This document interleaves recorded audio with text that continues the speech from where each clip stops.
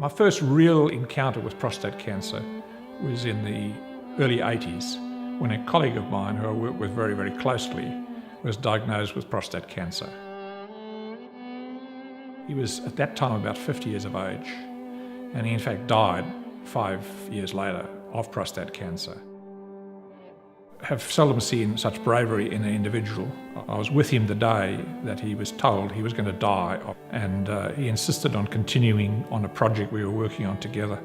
Enormous bravery, great guy, but he suffered immensely in the last weeks of his life. It was just heartbreaking to see how an active, intelligent, very capable individual went downhill to be a skeletal wreck and then died.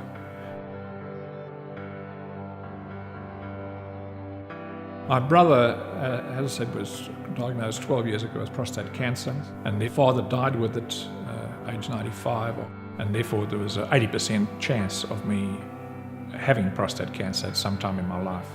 So religiously every 6 months I had a PSA test, and then getting that result, if it was up again, my anxiety level increased further. And eventually, I got to the point of he sent me to the urologist. I thought they now have intervened, and they're intervening because there's a probability.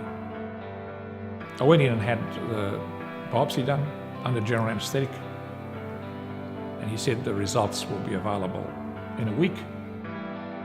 So went in there with a fairly high degree of expectation that he was going to tell me I had prostate cancer.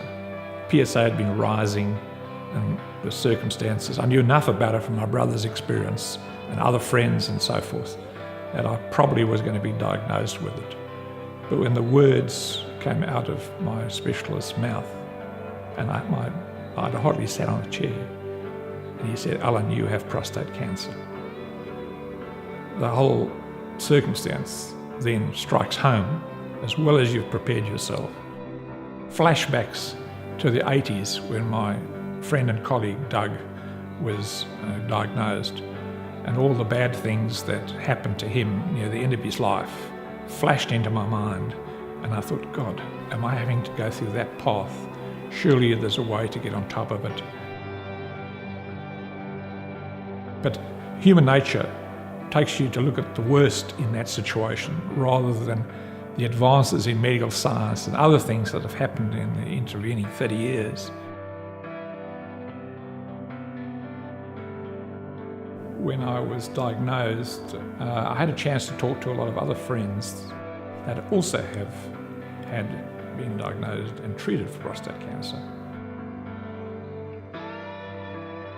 There's quite a good friend of mine that had a radical prostatectomy, and he got a very bad outcome. He was impotent and incontinent. And whilst impotence is severe or challenging to a man, incontinence is probably even worse because you face it every day.